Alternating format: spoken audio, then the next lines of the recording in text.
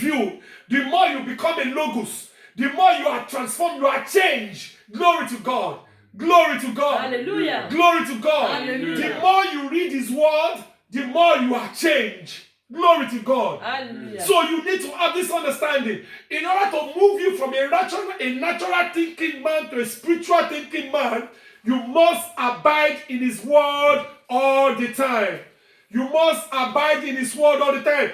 Declare to yourself, I will forever abide in His covenant. I will forever abide in His covenant. Again, I will forever abide in His word. I will forever abide in His covenant. So to be more spiritually inclined is to abide in His covenant perpetually.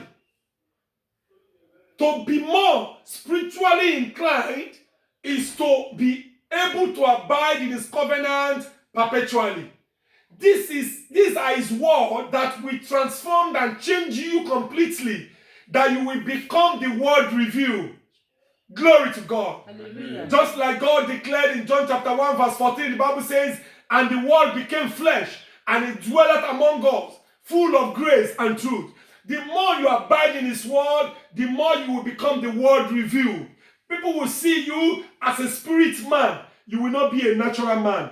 Because Adam and Eve could not abide in His word all the time, they became a natural man, and they could not discern between what is good and what God have said and what the devil have said. Glory to God. Hallelujah. Minus factor number 6.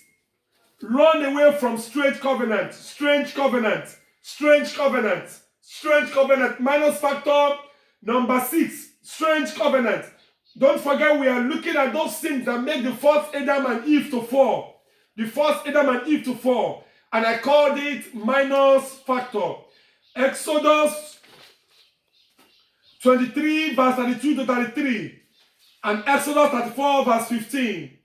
Exodus 23, 32 to 33.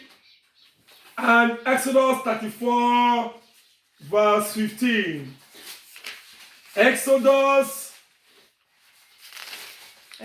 23, 32 to 33. 32 to 33. It Yes. says, you shall make no covenant with them. You shall make no covenant with them. Not with their gods.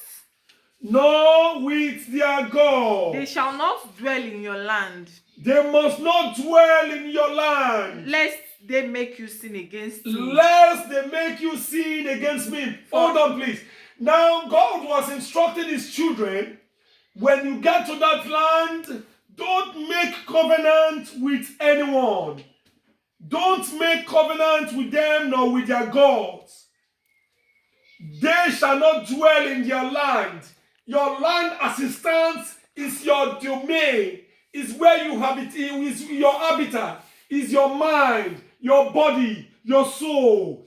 Don't dwell lest they will make it sin against me. Yes, please. Lest they will make you sin against Yes. me. For if you serve their gods, If you serve their God, it will surely be a snare to it will you. be snare to you. It will be a snare to you. So God has seen the end from the beginning. When you allow their gods, when you allow their deceitful words, it will be a snare to you. Eve and Adam allowed the deceitful words of the serpent, and it became a snare to them. Don't allow them.